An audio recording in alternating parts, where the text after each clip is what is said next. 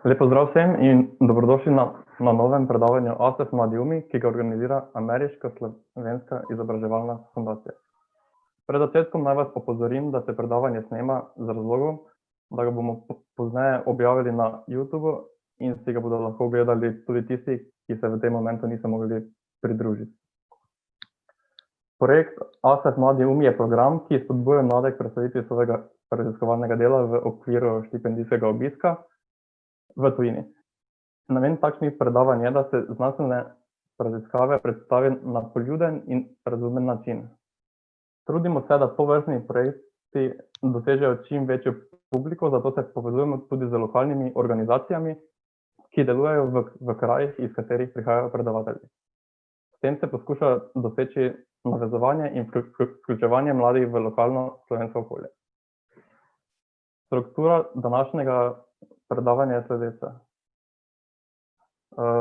Najprej bo predstavitev Celjskega mladinskega centra, nato bom na kratko povedal nekaj o organizaciji ASEF, sledi predavanje Lucije in na koncu čas za vprašanja.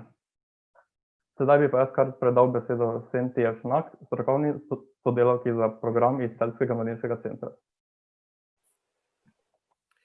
Torej, še en lep pozdrav iz moje strani in iz strani Celjskega mladinskega centra. Zelo smo veseli, da smo bili tudi pozvani k sodelovanju in seveda tudi kot Lucija Celjanka, da jo lahko podpiramo njo in pa vse ostale lokalne osebe iz Celja. Zdaj pa mogoče, če na hitro samo preletim nekaj osnovnih informacij o Celjskem mladinskem centru. Torej, kaj Celjski mladinski center počne? V bistvu smo tukaj zato, da nudimo neko pomoč in podporo pri aktivnosti, ki jih mladi v lokalnem okolju želijo uresničiti. Pri tem jim ponudimo seveda organizirano mentorsko, finančno in infrastrukturno pomoč. Torej, namen vsega skupaj je spodbujati mladinske pobude in jih tudi pomagati izvesti. Zdaj, v sklopu Celjskega mladinskega centra deluje tudi več informacijskih točk, s pomočjo katerih se trudimo informirati javno okolje oziroma zainteresirano javnost, ampak tudi širše okolice o aktivnostih, ki so ponujene mladim. Eden izmed takih portalov, za katerega skrbi tudi Celjski mladinski center, je seveda informacijska točka Europe Direct Savinjske in pa znotraj nje deluje tudi Infopentla, ki je pa v bistvu spletni portal, na katerega se lahko mladi pridružite, spremljate vse priložnosti namenjene mladim, tako v Sloveniji, zunaj Slovenije, v vašem lokalnem okolju ali pa regionalno in pa tudi nacionalno. Nadalje v bistvu izvajamo tudi MCC Uči, to je Center za neformalno izobraževanje mladih. Pri tem v bistvu skozi različne neformalne oblike dela želimo pomagati mladim za pridobivanje dodatnih znanj in pa novih kompetenc ter pa veščin. V sklopu tega seveda spodbujamo tudi prostovoljno udejstvovanje in ponudimo tudi prakse pripravništva in podobno. Seveda pa mladinski center ne gre brez zabavnih in zanimivih vsebin. Ene izmed takih so tudi mladinske izmenjave, različne delavnice, strukturirani dialogi, nadalje tudi koncerti, razstave in pa ostale seveda zabavne aktivnosti. Znotraj Celjskega mladinskega centra deluje tudi projektna pisarna, ki v bistvu skrbi za mednarodno mobilnost za mlade. V sklopu tega v bistvu izvajamo projekte Erasmus plus mladi v akciji in pa Evropske solidarnostne enote. Tako ponujamo mladinske izmenjave, različna mednarodna usposabljanja in tudi ostale obširnejše projekte, ki mogoče ne predvidevajo toliko mobilnosti. Morda za konec še samo to, obratujemo v bistvu na spletu v trenutnem času, tako da v bistvu vsi, ki ste zainteresirani za dodatne vsebine, se seveda lahko pridružite spletno. Trenutno pa potekata tudi dve zelo zanimivi solidarnostni akciji. v sklopu katerih nagovarjamo mlade in pa tudi vse ostale iz lokalne skupnosti, da v bistvu pomagajo z prinosom različnih materialov v mladinski center, ki jih bomo v decembru in pa tudi januarju razdeljevali ogroženim skupinam, še posebej kot posledico COVID situacije trenutno. Tako da v bistvu hvala za pozornost in seveda, kdorkoli je zainteresiran, za kakršnekoli vsebine smo na voljo. Ja, hvala lepa. Preden pa predamo besedo Luciji, bi še jaz na kratko predstavil ASEF štipendijski program. ASEF je neprofitna organizacija, ki povezuje slovenske znanstvenike in študente celotnega sveta. ASEF vsako leto več slovenskim študentom omogoči raziskovalni obisk na eni izmed vrhunskih univerz, kot so recimo Harvard, Princeton, Stanford, kjer študentje sodelujejo s slovenskimi profesorji in so vključeni v aktualno raziskovalno delo. ASEF štipendijski program ponuja dve vrsti štipendij. Za raziskovalni obisk v tujini ali za raziskovalni obisk v Sloveniji. Štipendijski program traja 3 leta. V prvem letu se štipendistom omogoči 10-tedenski raziskovalni obisk na univerzi ali raziskovalnem inštitutu. Štipendistu se želi omogočiti gostovanje pri slovenskih družinah, hkrati pa ti spoznajo tamkajšnjo slovensko skupnost. V drugem in tretjem letu pa štipendisti sodelujejo pri različnih ASEF projektih ter so vključeni v bogate ASEF aktivnosti, kot so ASEF Speaker Series, ASEF tutorstvo, ASEF izjemne zgodbe, razne delavnice in tudi dogodki, kot je današnje predavanje ASEF Mladi umi. Preden gremo dalje, bi še omenil, da je razpis za ASEF štipendijski program za leto 2021 še odprt in da rok za prijavo je 1. december.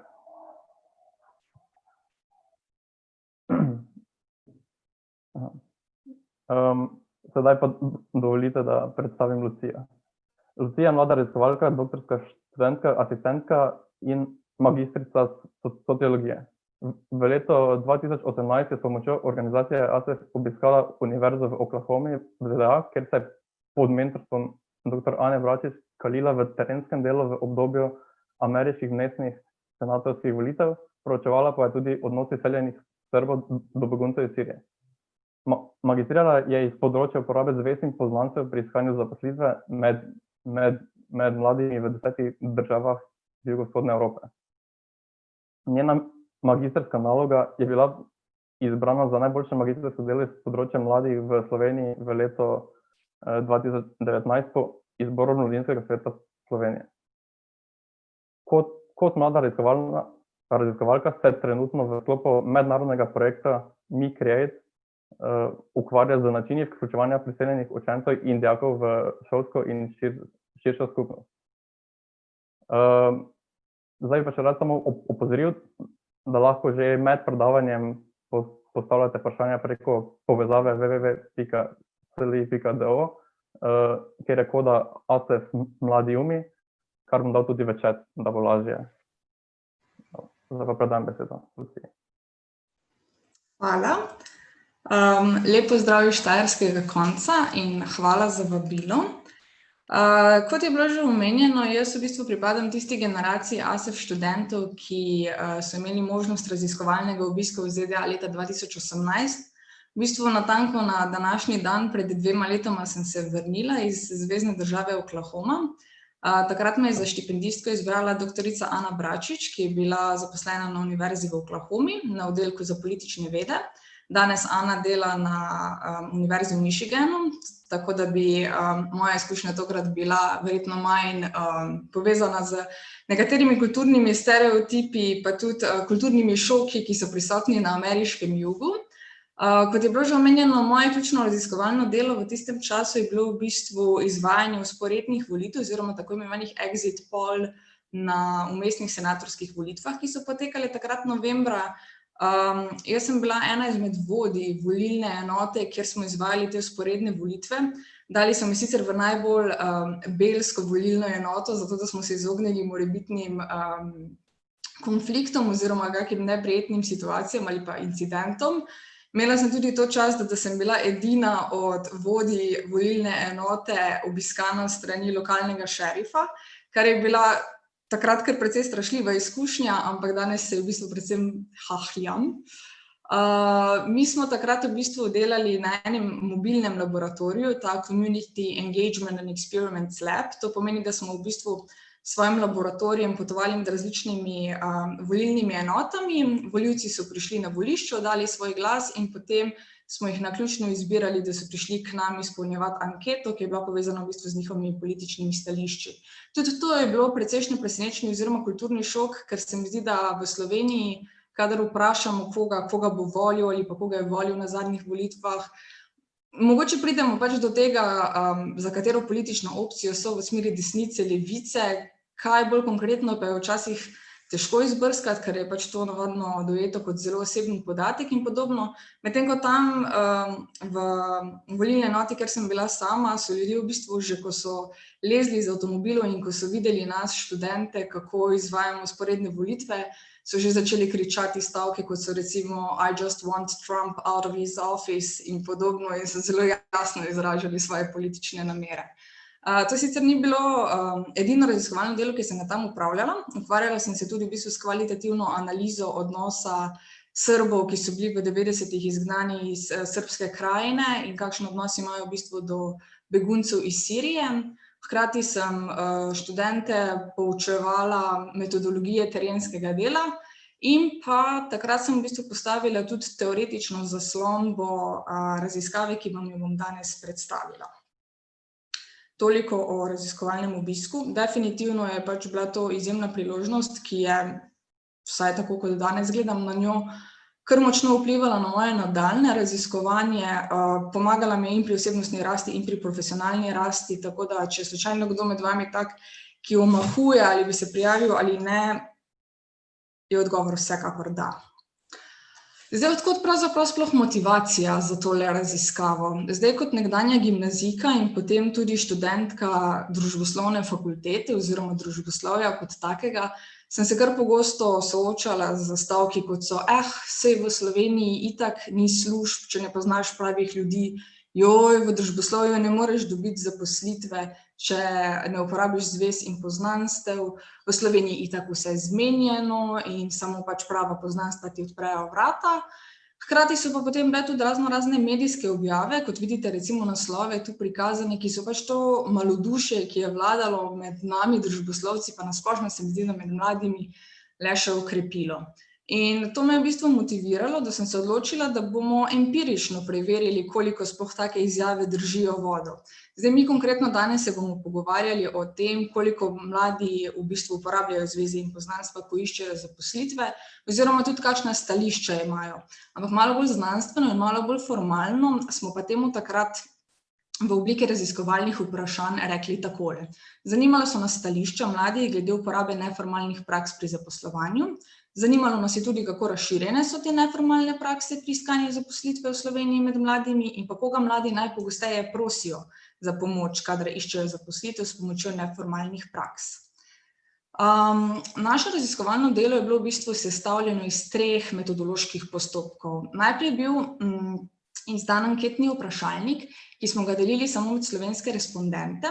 To so bili mladi, stari med 15 in 29 let, ki so lahko sodelovali v raziskavi samo, če so bili trenutno zaposleni in so trenutno zaposlitev dobili z uporabo zvez in poznanstev. To je potekalo na 3 načine. Ali so trenutno zaposlitev dobili na podlagi usluge, torej da je bil nekdo nekomu nekaj dolžan in je zaposlitev posledica tega dolga, ali je bil posameznik napoten oziroma priporočen, torej je nekdo dal dobro besedo za tega posameznika in zaposlovalec se je odločil, da bo zaposlil to osebo, ali pa da je, in to je za slovenski kontekst zelo pomembno, posameznik že prej opravljal neko prostovoljno ali študentsko delo in je na podlagi dobrih izkušenj se zaposlovalec odločil, da mu bo ponudil priložnost in ga potem zaposlil. Zdaj, glede na te kriterije, ker so pač to vseeno stvari, ki jih ljudje mogoče ne radi izpostavljajo, je bil naš vzorec relativno velik oziroma relativno majhen, odvisno kako pogledate. Mi smo ga potem, glede na to, da je šlo za prvo tovrstno raziskavo takih praks v Sloveniji, na vse zadnje vendarle ocenili za sorazmerno velik.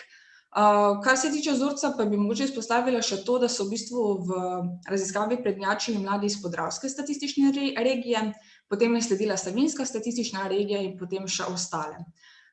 S podobno skupino mladih, torej takih, ki so dobili zaposlitev s pomočjo zvez in poznanstev, smo potem opravili tudi polstrukturirane intervjuje. Takih mladih je bilo 7. In pa zato, da smo dobili boljši vpogled v situacijo, smo merili utrip tudi v jugovzhodni Evropi. In sicer smo takrat izkoristili priložnost, da je Oddelek za sociologijo Filozofske fakultete Univerze v Mariboru bil koordinator regionalne raziskave Youth Studies Southeast Europe. Ta raziskava je zajela 10.867 mladih v istem starostnem obdobju. Vključene so bile države, kot so Slovenija, Hrvaška, Srbija, Bosna in Hercegovina, Črna Gora, Albanija, Kosovo, Severna Makedonija, Bolgarija in Romunija. Starostno obdobje je bilo enako in smo tudi pri njih preverjali, kakšna so pravzaprav stališča do zvez in poznanstev med mladimi v teh državah. Zdaj, da tele zadeve naredimo, oziroma to predavanje naredimo vendarle malce bolj interaktivno, vas bom povabila, da sodelujete v enem kratkem eksperimentu. In sicer vas prosim, da na računalniku ali na svojem mobilnem telefonu odprete svoj priljubljeni brskalnik, vanj vpišete spletni naslov www.slido.com, torej aplikacijo Slido, preko katere lahko ves čas pošiljate tudi vprašanja. Izberite opcijo za anketo, oziroma ustvarjali bomo pravzaprav en besedni oblak. Vaša vstopna koda je #ASEFMladiUmi in vas prosim, da sodelujete s 3 asociacijami. Vprašanje, kot boste videli, pa se glasi, kaj vam pomeni zaposlitev. Zapišite prve 3 asociacije, ki vam padajo na pamet, ko pomislite na zaposlitev, kaj vas zaposlitev predstavlja, kaj zaposlitev ponuja, skratka, kar vam pade na pamet. Verjetno lahko vidite, da se določene besede že prikazujejo, upam, da tudi na vaših zaslonih. Trenutno imamo 20 vnosov. Tale besedni oblak v bistvu deluje na varianto tega, da tiste besede, ki se pogosteje uporabljajo, ki jih pogosteje izberete oziroma se vam najpogosteje utrnejo v mislih, tiste so tudi nekoliko povečane. Okej, jaz bom začela s komentiranjem. To imamo sociologi vedno radi, ko se nam neke zadeve potrdijo in delujejo v skladu s pričakovanji, neke zadeve pa kažejo povsem obratno sliko. To se bo tudi tekom današnje predstavitve sigurno pokazalo. Namreč tale besedni oblak na ključno besedo zaposlitev, mislim, da ta teden izvajam 3. in še nikoli doslej ni imelo veselje tako velikega fonta oziroma tako velike velikosti, kar me ful veseli, ker bom si drznila pričakovati, da ste tu sami taki, tisti, ki ste že zaposleni, da svojo službo upravljate z veseljem in zadovoljstvom. Bolj dobro. Zdaj kot vidite, ena izmed bolj pogosteje uporabljenih besed so vsekakor samostojnost, varnost, finančna neodvisnost, preživetje in pa prihodnost. To zdaj verjetno nikogar od tu prisotnih ne preseneča, pa tudi sociologi v bistvu že vrsto let izpostavljajo, da je zaposlitev tudi za mlade ena vstopnica v odraslo dobo. Omogoča, da se posameznik ekonomsko osamosvoji, da doseže neko stanovanjsko osamosvojitev, da mu priložnost, da začne ustvarjati sekundarno družino, lahko začne prevzemati nove socialne vloge, skratka vse tisto, kar mu omogoča, da lahko začne polnopravno participirati v družbi in biti nek aktiven državljan. Tole bom zdaj jaz ustavila, da se vrnemo na predstavitev. Samo sekundo. Torej, zdaj naše ključno vprašanje je bilo, zakaj bi mladi pravzaprav sploh uporabljali zveze in poznanstva, zakaj ne bi direktno dirjali na Zavod za zaposlovanje in tam izbrali delovno mesto, ki jim najbolj ugaja in se potem zaposlili in živeli srečno do konca svojih dni. Zdaj, iz sociološkega vidika je na splošno za celo družbo koristno, da so mladi zaposleni. Lahko se naslonimo na podatke iz poročila Združenih narodov iz leta 2016, ki poudarjajo, da lahko nezaposleni mladi povzročijo družbene nestabilnosti in konflikte. Ne smemo pozabiti tudi na številne študije, ki kažejo, da nezaposleni mladi slej ko prej, ker imajo več časa, so ekonomsko ogroženi, lahko zapadejo v neka deviantna vedenja oziroma se pridružijo kriminalnim tolpam, tudi zato, ker je bom rekla zelo po domače, tam lahko easy money, oziroma je to neka bilka in bitka za preživetje. Zato je zelo pametno, da se v bistvu čim prej fokusiramo na to, da zaposlimo mlade. Tudi konkretno za same mlade je zelo pomembno, da zaposlitev dobijo čim prej, ko je mogoče, ker lahko neka dolgotrajna nezaposlenost v obdobju mladostništva vodi do tega, da bodo tudi kasneje prejemali nižje plačilo. Sigurno se to odraža tudi na njihovem psihofizičnem zdravju, poveča se možnost za brezposelnost kasneje. Na mlade na trgu dela moramo biti pa posebej pozorni tudi zato, ker so v eni specifični situaciji v primerjavi z drugimi na trgu dela.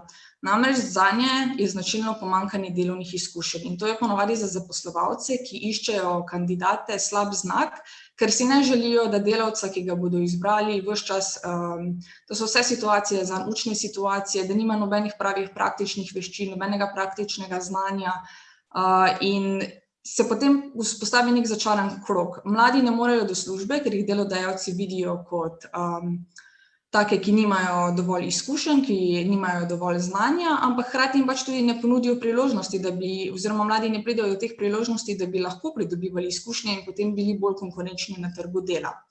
Zdaj verjetno veste, da je Slovenija ena izmed držav, ki ima najvišji delež mladih, ki so vpisani na študij oziroma ki študirajo. To je sicer trend tudi v ostalih zahodnih državah, govorimo o trendu tega, da je univerzitetna izobrazba čedalje bolj dostopna. Kaj se potem zgodi je, da posedovanje univerzitetne diplome ni nujno prednost, ampak lahko postane tudi ovira. Zgodi se namreč, da je lahko v neki državi preveč mladih, ki imajo visoko izobrazbo in premalo delovnih mest, ki pravzaprav zahtevajo ustrezno izobrazbo in to neskladje med doseženo izobrazbo in zaposlitvijo, ki jo posameznik opravlja, ima spet številne negativne učinke, tako iz vidika ekonomije, kot tudi tega, da je posameznik manj produktiven na delovnem mestu, da je bolj nezadovoljen z delovnim mestom, ki ga opravlja. Skratka, ni optimalno niti za širšo družbo, niti za posameznika kot takega. Se pa vseeno treba zavedati, da je ta pogostost neujemanja do neke mere odvisna tudi od študijskega področja. Manj pogosto se to neujemanje pojavi recimo pri poklicih povezanih z matematiko, medicino, fiziko, pravom in podobno. In smo spet pač pri tem družboslovju in stereotipnih stavkih, ki smo jih verjetno marsikdaj slišali. Zdaj, to neujemanje med zaposlitvijo, ki jo posameznik ima, in višino izobrazbe je problematično tudi na območju jugovzhodne Evrope. Zdaj, kot vidite, tele podatke iz leta 2018 je recimo delež mladih na Kosovu, ki imajo višjo izobrazbo, zahtevane kar 44%. Pa tudi v ostalih 3 državah, ki so tu prikazane, v Srbiji, Albaniji in Sloveniji, presega 1/4 mladih, kar je vsekakor zaskrbljujoč podatek. Ampak vseeno izkušnje mladi morajo nekje pridobiti. Za mlade je značilno, da pač njihova želja je potem, da bi se čim prej osamosvojili, da bi prišli do te ekonomske samostojnosti, da bi začeli delati, je zelo velika. Zato se pač čedalje pogosteje oziroma so mladi družbena skupina, ki pogosto posega po zaposlitvah, ki so označene kot občasna dela, dela za polovični delovni čas, dela za določen čas, opravljajo študentsko delo, honorarne zaposlitve, včasih tudi prostovoljne aktivnosti in podobno. Tudi nekatere raziskave v Sloveniji kažejo, da je v bistvu delež mladih, ki se v Sloveniji zaposluje za polovični delovni čas, nadpovprečno velik. Mladi tudi pogosteje recimo sprejemajo službe, ki potekajo v nočnem času, ki zajedajo v njihov vikend in podobno. Pa tudi kaže se trend, da se v bistvu število pogodb za nedoločen čas v Sloveniji stalno zmanjšuje. Zdaj to, da mladi najpogosteje posegajo po teh prekarnih oziroma fleksibilnih oblikah zaposlitve, tudi pomeni, da so najpogostejše žrtve negativnih posledic oziroma strani, ki jih take službe ponujajo. To je recimo visoko tveganje, nizka materialna varnost, negotovost in podobno. Hkrati pa ne smemo pozabiti, oziroma tu bi vam rada dala en tak sociološki uvid, da kadar recimo spremljate lestvice brezposelnosti mladih, morate biti pozorni, ker ravno pač te prekarne zaposlitve v bistvu dajo neko lažno sliko oziroma lažen občutek, da je brezposelnost mladih v resnici, da je brezposelnost mladih nižja, kakor v resnici ravno na račun nekih teh začasnih delovnih mest. Hkrati pa ta fleksibilnost mladim omogoča tudi hitro menjavanje služb oziroma tako imenovani job shopping. To je v bistvu strategija mladih, da izboljšajo svoj ekonomski položaj ker zamenjajo različne službe, razširi se njihova socialna mreža, pridobijo nove izkušnje, prevzamejo neke nove vloge, pridobijo nova znanja in podobno. In nekatere raziskave kažejo, da če mladi vmes, ko že imajo neko zaposlitev, aktivno iščejo drugo zaposlitev in potem samovoljno zamenjajo službo, se to lahko odraža tudi v spremembi v višini plače nekje med 14 in 20% v korist novo pridobljene zaposlitve. Kokovnikova in Jagodic sta leta 2017 opravila eno raziskavo na področju Slovenije, kjer sta ugotovila, da so slovenski delodajalci zelo zadržani do tega, da bi zaposlili slovensko mladino, predvsem na račun tega, da so jih ocenili, da imajo premalo izkušenj, premalo znanja, premalo praktičnega znanja in delovnih izkušenj, da bi bila to neka sigurna poteza, oziroma so se zato raje odločili, da jih bojo zaposlili za določen čas oziroma preko nekih teh prekarnih oblik. Zdaj pogostokrat recimo slišimo za ta famozni nemški model izobraževanja, ki ves čas aktivno sodeluje z gospodarstvom, omogoča praktično usposabljanje mladine, kar potem tudi omogoča, da si hitreje infiltrirajo na trg dela oziroma da pač hitreje pridejo do zaposlitve in da jih delodajalci vidijo kot neke kompetentne kandidate, ki že imajo praktične izkušnje. Medtem ko recimo sistem v ZDA in Sloveniji je veliko bolj naklonjen k temu, da mladi pridobivajo neke splošne značilnosti, in to se potem kaže tudi v tem, da delodajalci v Ameriki in Sloveniji so veliko bolj skeptični do nekih uradnih spričeval, certifikatov in podobno, ker niso nujno pač kazalec resnične sposobnosti oziroma znanj, ki jih posameznik ima, oziroma tega, kako uspešen bo na delovnem mestu. Hkrati ne smemo pozabiti na odgovornost države. Zdaj, če država spodbuja fleksibilne oblike zaposlitve, če država nič ne naredi za to, da bi bili delodajalci recimo spodbujeni oziroma finančno stimulirani s tem, da zaposlijo mlade osebe, potem se bo pač težko kaj premaknilo. Spet, od države ne smemo pričakovati čudežev, ampak hkrati se je pa potrebno zavedati, da je država edina, ki v bistvu lahko skrbi za izvajanje zakonov in nekih dopolnil. Vsega je kriv komunizem, seveda. Zdaj situacija v postkomunističnih družbah je ravno zaradi tega komunizma včasih zelo zanimiva za interpretacijo. In sicer pač v preteklosti, v komunističnih državah, in to so vse te države, ki jih imamo danes tudi v študiji, je v bistvu pač komunistična partija, mladinske zveze, parade, festivali, vse to je pač skrbelo za to, da so bili mladi nekako vključeni v družbo, oziroma pač, da je celotna populacija bila aktivna v državi. Vse to je tudi pač omogočilo neko odmevanje slišimo, v redu, je že mimo, je omogočilo pač tudi različne socialne bombončke, bomo rekli, od pokojnine, počitnic, stanovanja in podobno. Ampak potem se je seveda naredil en obrat, prišlo je do propada komunizma, začelo je naraščati ta negotovost med mladimi, tudi individualizem in podobno.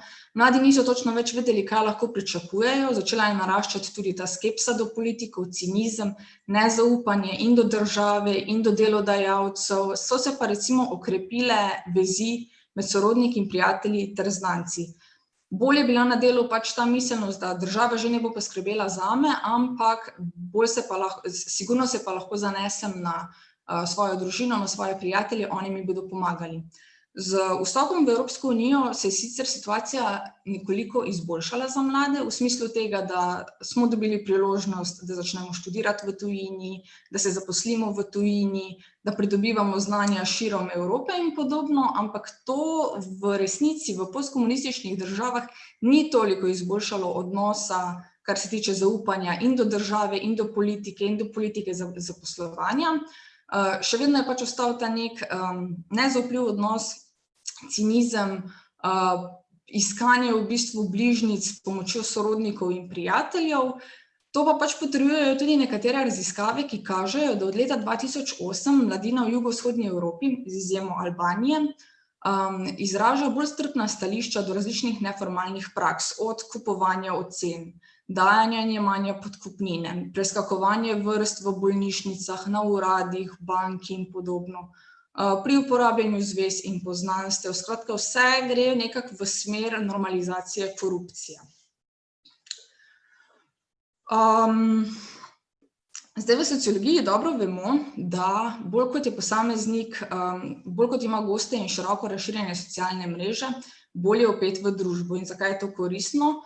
Pri iskanju zaposlitve, kot boste videli, dejansko šteje vsak kontakt. Socialne mreže so v bistvu oblika socialnega kapitala, ki vam lahko marsikatera vrata odpre ali pa zapre.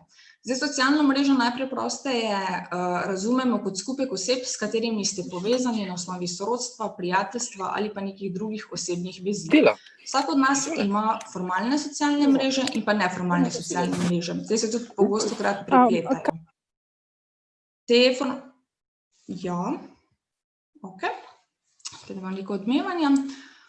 Te formalne socialne mreže so sestavljene navadno iz sodelavcev, članov društva, s temi ljudmi smo načeloma šibko povezani. To pomeni, da ne preživljamo toliko časa z njimi, ne investiramo toliko nekih čustev in truda, tudi usluge si bolj poredko izmenjujemo z njimi, medtem ko za neformalne socialne mreže so značilni predstavniki, recimo naši družinski člani, sorodniki, prijatelji, intimni partnerji, skratka ljudje, s katerimi se pogosto srečujemo, si medsebojno pogosto pomagamo, si delimo skrbi, veselja, skratka je pač ta intenziteta vezi precej močna. Za socialne mreže tudi ne smemo pozabiti v bistvu, da delujejo kot neke senčne strukture, namreč delujejo v senci, usmerjajo družbeno moč in vir, vsi nimajo enakega dostopa do njih, kar se recimo kaže v tem, da so recimo ljudje, ki imajo višji socialni položaj, tudi potem bolj verjetno pač imajo dostop do ljudi s sorodnim položajem, kar jim lahko odpre seveda marsikatera vrata. Zdaj, najpogostejše vprašanje, kadar se pogovarjamo o zvezah in poznanstvih, je, kdo znotraj socialne mreže pa pravzaprav prinaša največ koristi. To je dobro v bistvu, da se zavedamo, da recimo mi in naši družinski člani in naši tesni prijatelji navadno posedujemo enake informacije. Te informacije so si zelo podobne, medtem ko nam bodo znanci in sodelavci, tudi mogoče kaki sosedje in podobno, prinesli neke nove, sveže, edinstvene informacije. Se pa je potrebno zavedati, da študije dokazujejo, da so družinski člani in prijatelji navadno bolj motivirani za to, da nam bodo pomagali iskati zaposlitev, kakor pa sodelavci in znanci, ki nam bodo uporabne informacije predali šele, ko bodo presodili, da za njih niso več koristne. Raziskave tudi kažejo, da v bistvu, kadar se posameznik poskuša zaposliti v podjetju, kjer že delajo njegovi starši, se bodo zaposlovalci v njegovi prijavi odločali na podlagi položaja, ki ga imajo njegovi starši v podjetju. Torej, kakšno pogodbo imajo, kakšno plačo prejemajo, kakšna je njihova pozicija v podjetju in iz tega bodo pravzaprav sklepali na delovne značilnosti kandidata, ki se prijavlja. Tako da definitivno lahko rečemo, da je delovno mesto staršev oblika socialnega kapitala. Tisti starši, ki imajo višji družbeni položaj, imajo pač tudi večji dostop do socialnih mrež, večji vpliv, več nekih virov, s katerimi lahko vplivajo na zaposlovalce, kar je, kot sem omenila, oblika socialnega kapitala in se lepo vidi recimo tudi v spodnjih dveh naslovih iz časopisov. Poiskala sem politično uravnotežene naslove, kar se tiče primerov iz levice in desnice. In sicer recimo Janšev sin srednješolsko izobrazbo do službe v Bruslju in pa Fajonova nekoč proti zaposlitvam otrok politikov, zdaj pri njej dela Hanova hči. Zdaj seveda mi se moramo zavedati jasno, da bolj uspešni posamezniki omogočajo, kot sem že prej omenila, s svojimi socialnimi mrežami, da bodo otroci hitreje prišli do pripravništev, do zaposlitev in podobno, ampak hkrati spet čas za sociološki uvid. Potrebno se je zavedati, da se včasih pač zgodi, da je potrebno dopuščati možnost, da so otroci politikov v danem trenutku dejansko najbolj sposobni, najbolj kompetentni kandidati, ki jih ima zaposlovalec moč zaposliti oziroma priložnost zaposliti, imajo pa pač ti otroci nesrečo, da so otroci politikov in so zato takoj podvrženi večjemu nadzoru.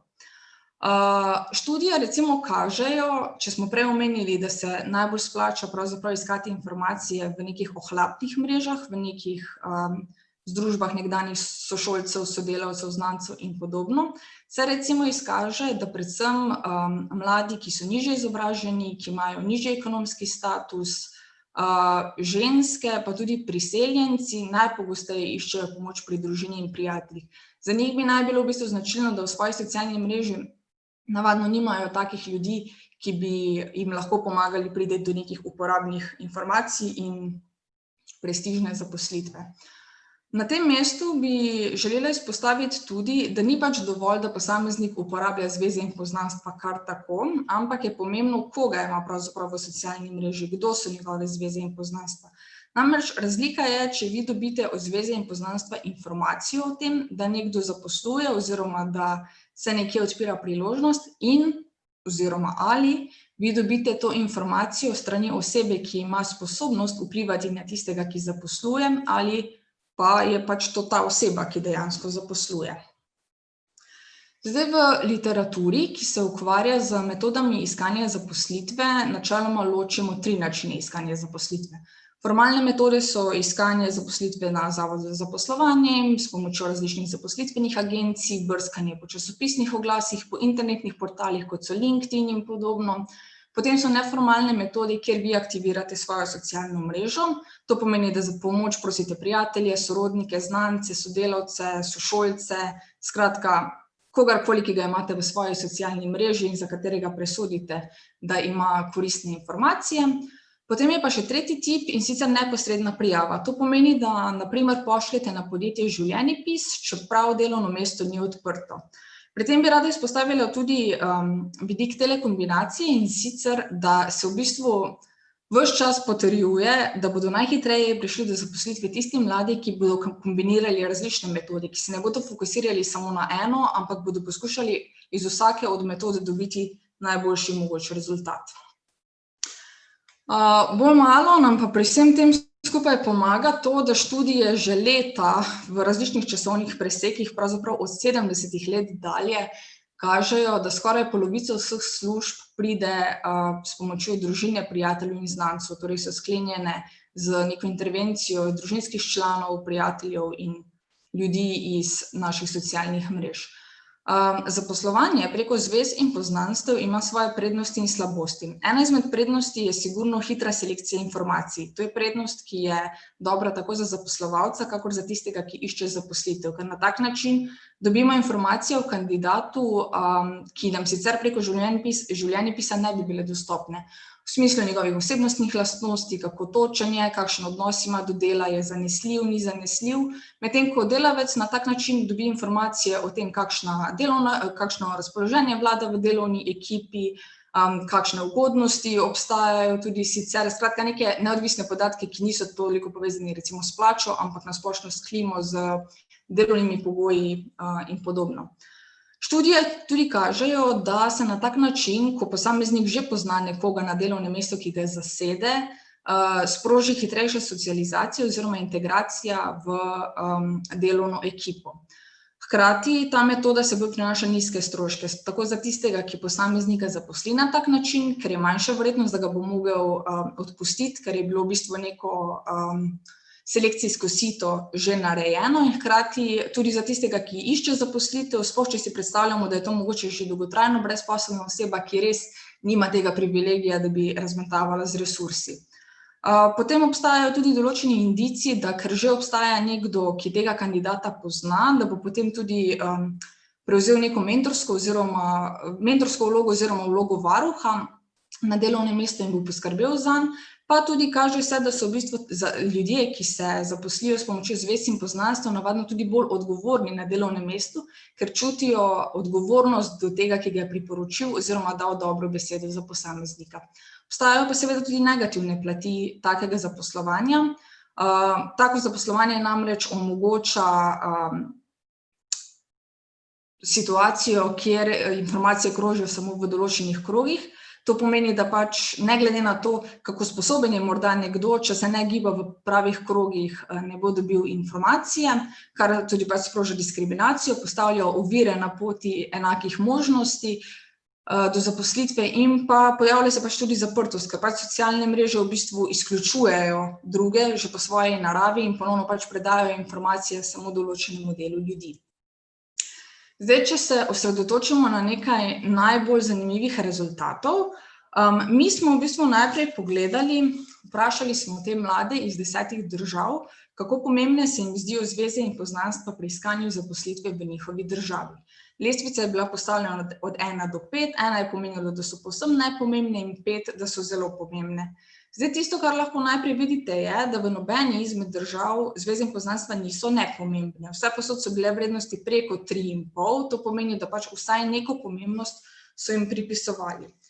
Mi smo sicer sklepali, glede na literaturo, da bo zaradi ekonomske razvitosti Slovenije, ki je med izbranimi državami ekonomsko najbolj razvita država, da bodo zato tudi zveze in poznanstva najmanj pomembne, po mnenju mladih, vendar se to ni potrdilo. Zdaj, morebitni razlogi so slednji. Vam pri tem grafu manjka informacije o tem, kakšna je bila stopnja brezposelnosti v tistem letu. In izkaže se, da so imele Bolgarija, Romunija in Slovenija, torej države, kjer so bile zveze in poznanstva najmanj pomembne, pa še vseeno pomembne, je bila najnižja. To je bilo tam nekje med 8 do 15% stopnja brezposelnosti mladih.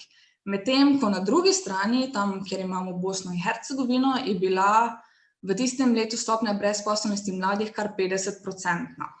To pomeni, da je bil pritisk na mlade izjemen, da so morali izkoristiti vse možne vire in hkrati je pač Bosna in Hercegovina mogoče od teh držav najbolj obremenjena z neko in slikanje medijske krajine v smislu tega, da res brez zvez in poznanstv tako in tako ne gre in z določeno stopnjo koruptivnih praks, ki so prisotne. Hkrati recimo ne smete pozabiti pri Bolgariji in Romuniji, to sta dve državi v Evropski uniji, ki sta nedvomno najbolj povezani z outsourcingom. V mislih imam in to, da številne multinacionalke v Bukarešti in Sofiji odpirajo svoja podjetja, kar pomeni, da ponujajo priložnost, da mladi sicer tam ostanejo, ampak jih pač tudi mizerno plačujejo. In po drugi strani, da Bolgarija in Romunija množično ekonomsko migrirajo po Evropi in morajo v bistvu pač izkazati samo interes za delo, niso pa tako zelo pomembne neke zveze in poznanstva, ampak pač zgolj ta pripravljenost, da začnejo z delom. Potem smo v enačbo dodali še razširjenost pogodb za nedoločen čas med mladimi, HDI oziroma Human Development Index, ki je sestavljen iz izobrazbe, dohodka in življenjske dobe in pa stopnjo brezposelnosti mladih v tistih državah. Naša ideja je bila spet podobno kot prej, tista država, ki ima najvišji HDI, spet Slovenija, tista bo verjetno gospodarsko najbolj stabilna, verjetno bo tam tudi pač največ pogodb za nedoločen čas in ker bojo pač pogodbe za nedoločen čas relativno lahko dostopne, bodo imeli mladi v bistvu občutek, da so v ospredju njihova formalna znanja oziroma njihove kompetence. Zdaj, ugotovili smo, res je sicer pač, če gledate ta oranžni stolpec, da ima Slovenija najvišji HDI v teh državah, ampak to hkrati ne pomeni, da ima tudi največ pogodb za nedoločen čas. Opazujete modri stolpec. Največ pogodb za nedoločen čas oziroma pogodbe za nedoločen čas so bile najbolj razširjene v Bolgariji, Romuniji in recimo, da tudi na Hrvaškem. Tam je bilo torej najlažje dobiti pogodbo za nedoločen čas. Potem, ko smo v bistvu mi preverjali naprej, se je torej pač kot prvo izkazalo, da samo zato, ker ima država visok HDI, še ne pomeni, da je potem tudi ekonomska situacija tako rožnata, da se bodo mladi lahko brez problema, da bodo lahko mladi računali izključno na svoje sposobnosti, na svojo izobrazbo, na svoje veščine, ki so jih dobili. In smo potem v bistvu pač ugotovili s pomočjo opazovanja korelacij, da obstaja v bistvu izredno močna povezanost, da tam, kjer so pogodbe za nedoločen čas mladim široko dostopne oziroma lažje pridejo do njih, tam bodo tudi zveze in poznanstva igrale manjšo vlogo. Torej bodo ljudje bolj prepričani, da so dovolj formalna znanja, da jih pripeljajo do zaposlitve. Potem smo v nadaljevanju, v bistvu nas je zanimalo, kakšno je razmerje. Bodo mladi v teh 10 državah bolj prepričani, da so najpomembnejše zveze in poznanstva, ali vendarle prevladujejo formalne kompetence, kadar iščejo delo v svoji državi.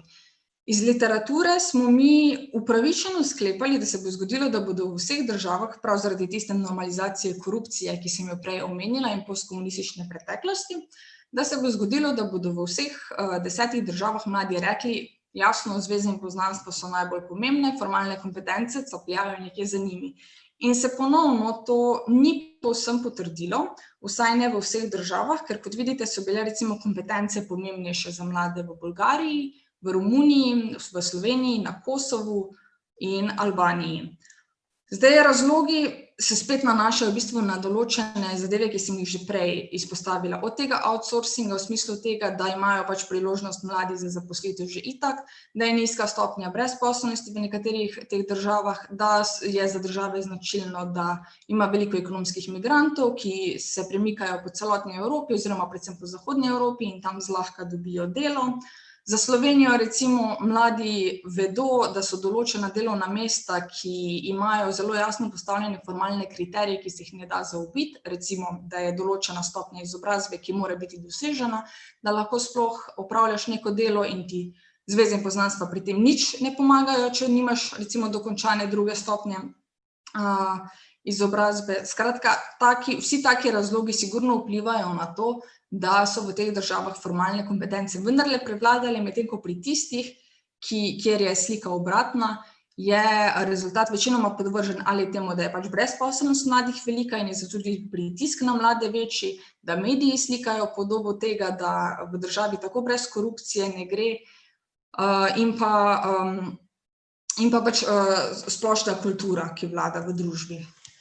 V nadaljevanju smo se potem posvetili posameznim praksam iskanja zaposlitve. Razdelili smo jih v bistvu na formalne in na neformalne prakse. Tiste, ki so pod številom 1, so v bistvu formalne prakse, torej pošiljanje življenjepisa, iskanje dela preko internetnih oziroma časopisnih oglasov, izpolnjevanje prijave za službo, razgovori s potencialnimi delodajalci in podobno, medtem ko pod 2 so bile v bistvu te neformalne prakse, torej da iščemo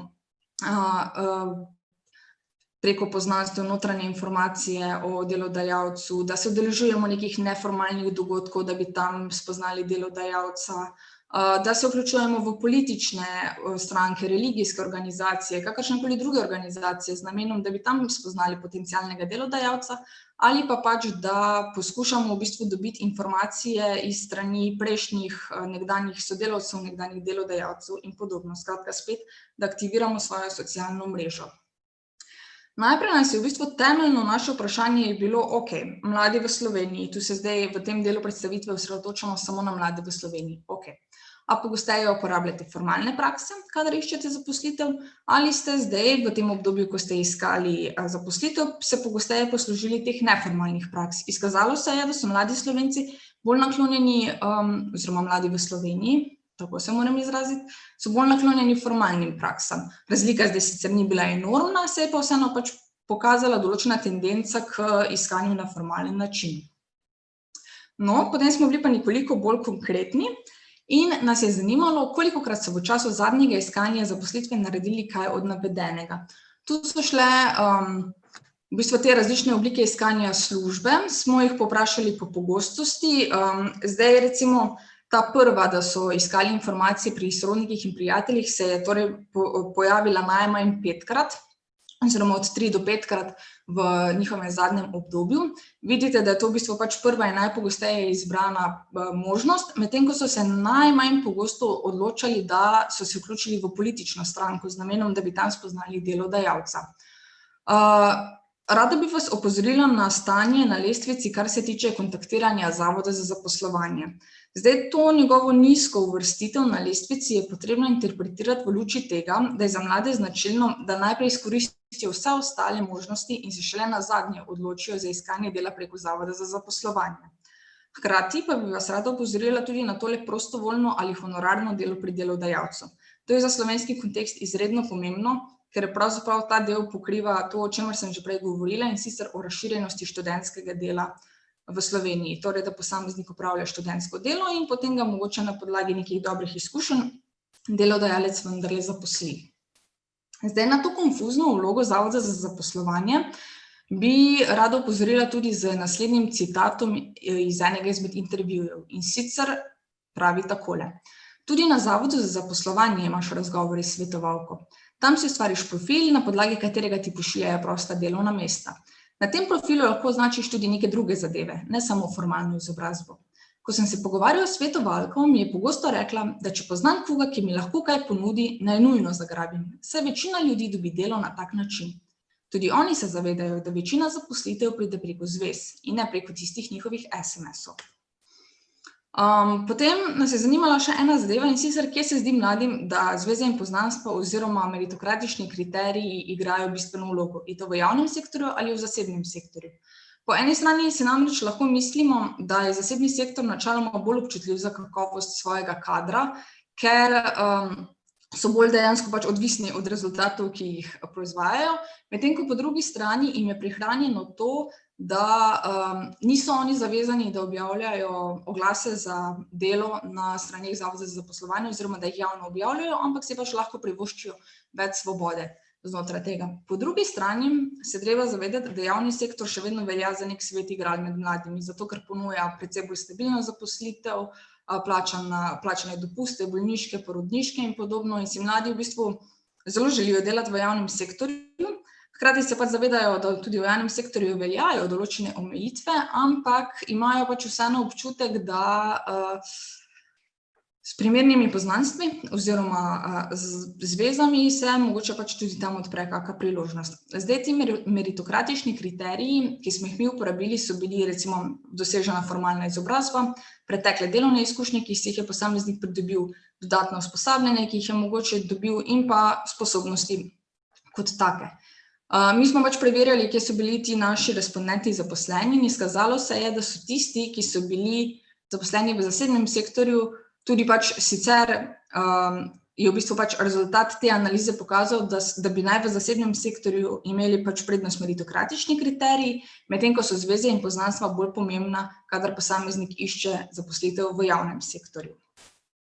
Potem v nadaljevanju smo se pa posvetili še temu, to je pravzaprav zadnja analiza, ki vam jo bom prikazala. Smo se posvetili temu, kdo so pravzaprav ljudje, ki posameznikom pomagajo, ali jim naredijo uslugo, ali jih priporočijo, skratka pač, da nastopajo v vlogi zvez in poznanstev.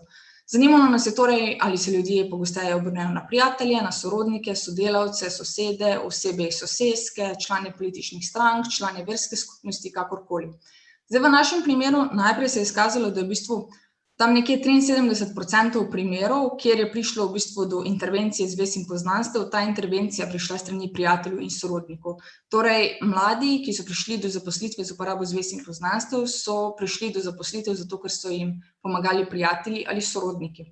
Potem smo pa v drugem delu analize tudi preverjali moč vezi oziroma stopnjo bližine med posameznikom, ki išče zaposlitev, in med tistim, ki mu pomaga. In sicer smo imeli 10-stopenjsko lestvico, 1 je pomenilo, da si z osebo sploh nisi blizu, in 10, da si z osebo izredno blizu oziroma zelo blizu.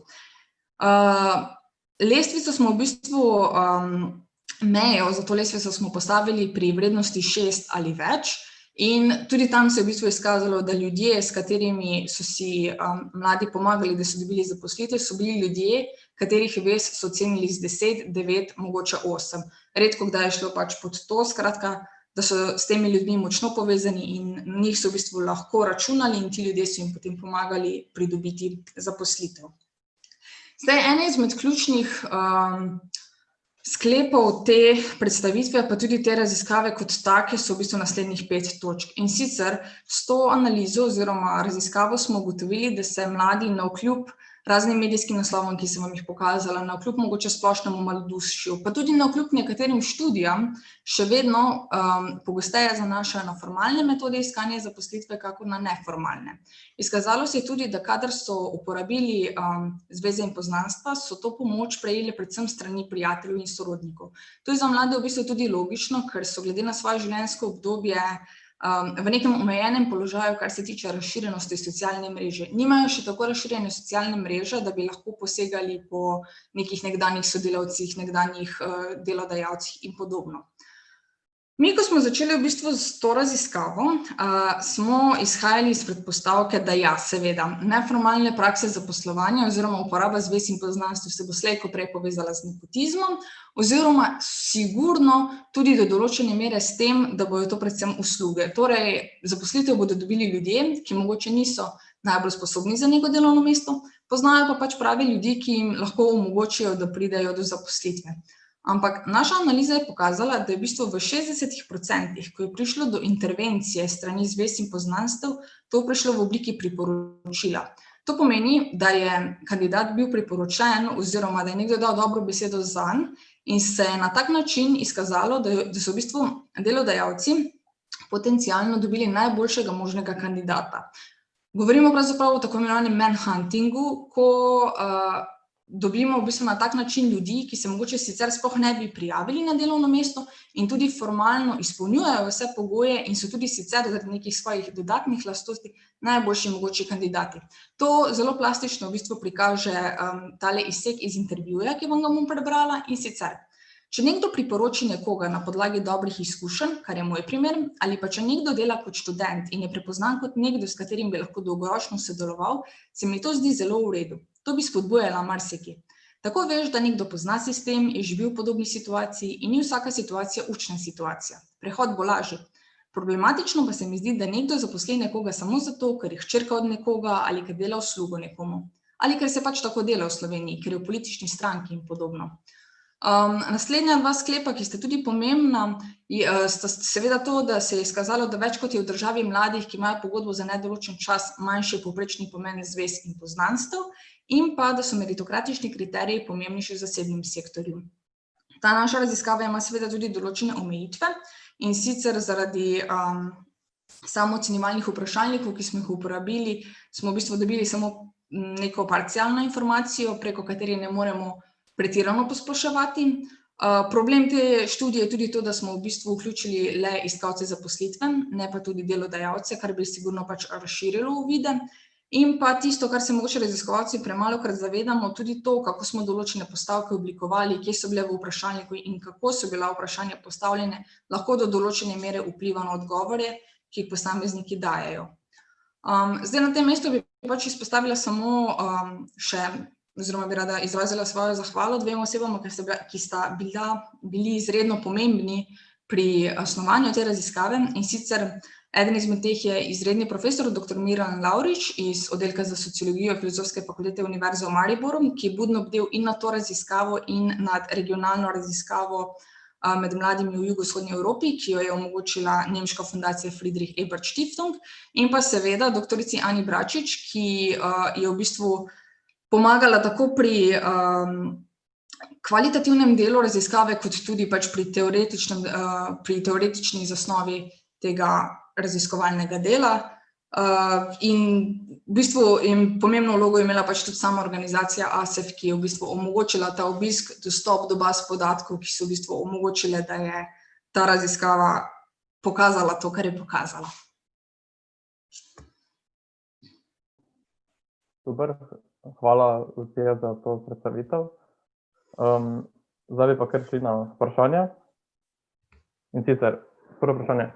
Ali ste raziskovali tudi to, če si mladi danes sploh želijo zaposlitve za nedoločen čas?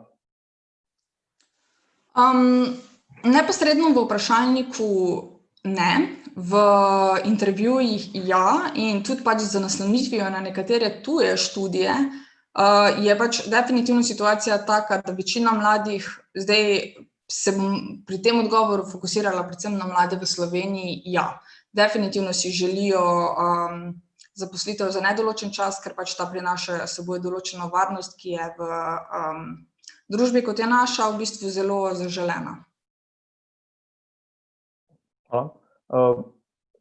Bi se lahko strinjala s tem, da je mladim najtežje priti do prve zaposlitve, nato pa si že razširijo socialni krog in lažje pridejo do boljših zaposlitev? Absolutno.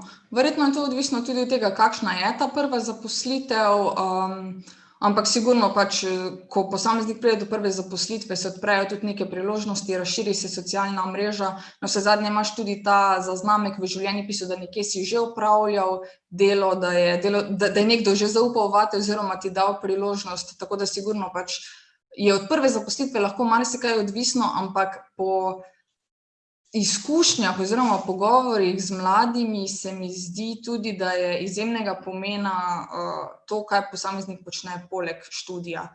Da itak je pač ta ideja tega, da bo posameznik obiskoval predavanja, zaključil z formalnim izobraževanjem in potem ga bodo delodajalci kar pohopsali preživeti, oziroma je mogoče pač še aktualna na določenih študijskih področjih, ampak za veliko večino pa to ne velja več in je prav tisto, kar je dodana vrednost življenjepisa, odločujoč faktor. Zdaj pa še vprašanje, ki se v bistvu navezuje na prejšnje. Ali bi v zvezi s tem lahko sprejeli kakšne ukrepe v smislu večje meritokratičnosti? Mislim, ravno to sem mogoče pač poskušala izpostaviti s tem zadnjim delom, da na Zveza in poznanstva mogoče v Sloveniji prepogosto gledamo iz neke negativne konotacije v smislu tega, da bo pač prišel na delovno mesto kandidat, ki ni nujno najbolj usposobljen, ki ni najprimernejši za neko delo, ampak pač pozna prave ljudi in zato se bo pač prisesal na neko delovno mesto in delal več škode kot koristi. Medtem ko se je pač izkazalo, da v bistvu pa lahko na tak način res dobimo odlične kandidate in s tem pač profitirata oba, tako tisti, ki išče zaposlitev, kakor delodajalec. Ampak ja, sigurno bi se pač dalo delati tudi v smeri nekih formalnih kriterijev, oziroma pač, da bi dobili meritokratični kriteriji večjo veljavo, ampak se mi zdi, da je pač tudi potrebno neko srednjo pot upoštevati, ker samo zato, ker ima nekdo vkljukane vse formalne kriterije, to ne pomeni nujno, da je pač res najboljši možni kandidat. Če dovolite, bom pač čisto plastično prikazala. Verjetno, če imate na razgovoru dve osebi, ki imata enako stopnjo izobrazbe, imeli ste enako povprečno oceno, mogoče ste se tudi v zelo podobnih ali pa identičnih obštudijskih aktivnostih udejstvovali, ampak za eno od teh oseb vam je vaš sodelavec ali pa vaša sestra povedala, da je blazno zanesljiv in team player in pač zaposleni, ki si ga lahko samo želiš, boste verjetno pač navkljub temu, da sta oba enako sposobna, prej izbrali tega, za katerega ste dobili neko insidersko informacijo. Okay. Kaj bi priporočala mladim, kako naj iščejo zaposlitev? Z kombinacijo različnih metod definitivno. Sigurno se splača, če se le da, vem, da je pač to težko, opravljati neko študentsko delo, mislim, fino je, če si pač za svoje delo plačan, ne? Opravljati neko študentsko delo znotraj področja študija, ampak navsezadnje ni tako redko, da se zgodi, da tudi mladi, ki recimo opravljajo neke prostovoljne dejavnosti, dobijo zaradi tega ali referenco, ki jim pomaga do zaposlitve, ali pa jih pač tudi ta delodajalec, pri katerem so opravljali prostovoljno delo, zaposli. Ampak pač sigurno to, da poskušajo biti čim bolj aktivni in v smislu nekega mreženja, čeprav je tanka meja, se mi zdi, da med mreženjem in med tem, da izpadeš vsiljiv. In pač med tem, da nabirajo neka neformalna znanja, pa tudi pač znanja poleg izven študija, izven predavalnic iz svojega področja, tam, kjer bi pač radi bili zaposleni. Kaj bi pa recimo priporočala delodajalcem, da bi privabili nek mlad kader, kompetenten mlad kader? Ja, sigurno so pač neki stimulativni delovni pogoji tisto, kar te, ki so najbolj kompetentni, najbolj privlači. Recimo, če se zdaj naslonim na sorodno društvo ASEF Vtis, torej v tujini izobraženi Slovenci, mnogo Slovencev, ki so se izobrazili v tujini, ki delajo mogoče v tujih laboratorijih, na tujih izobraževalnih institucijah, skratka pač v tujini in so prejeli veliko dragocenega znanja, si želijo to znanje v Sloveniji pokazati, pomagati Sloveniji, pomagati družbi pri razvoju, se vrniti v Slovenijo na splošno, ampak jim zmanjkajo pač ravno pač te stimulativne lastnosti, kot so recimo delo od doma, potem pač višja plača, več svobode oziroma večja avtonomija, ne pač to kljukanje na delovnem mestu obvezno in pač gledanje pod prste, skratka take. Zadeve, ki so mogoče, plača je pomembna, ampak se mi zdi, da pač številne te raziskave kažejo, da so pri določenem delu ljudi in znotraj določenih poklicnih skupin ostali dejavniki, ki so veliko bolj pomembni, tudi v smislu prostega časa, ki ga služba omogoča, kreativnosti, avtonomije. Ja. Ali bi delo preko SP lahko obrazložilo tako veliko diskrepanco pri grafu HDI. V Sloveniji so incentive za delo vse druge kot zaposlitev za nedoločen čas.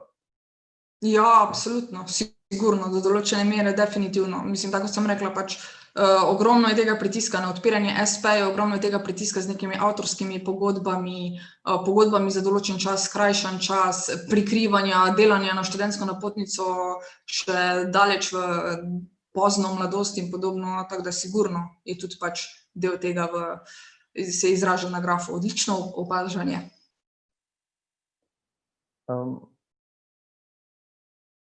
Verjetno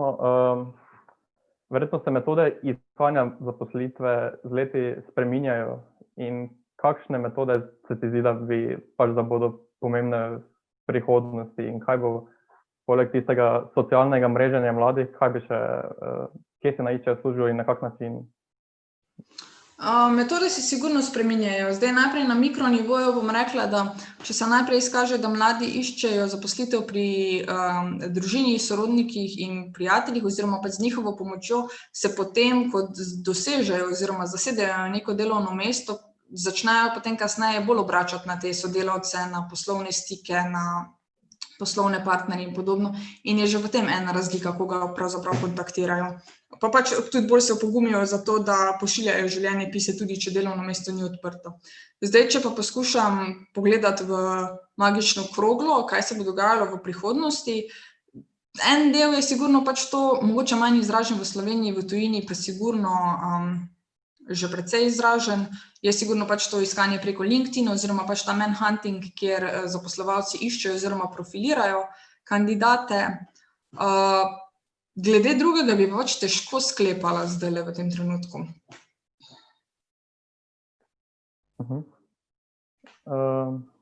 Ja, to je bilo tudi zadnje vprašanje. Tako da bi mogoče jaz zdaj kar zaključil.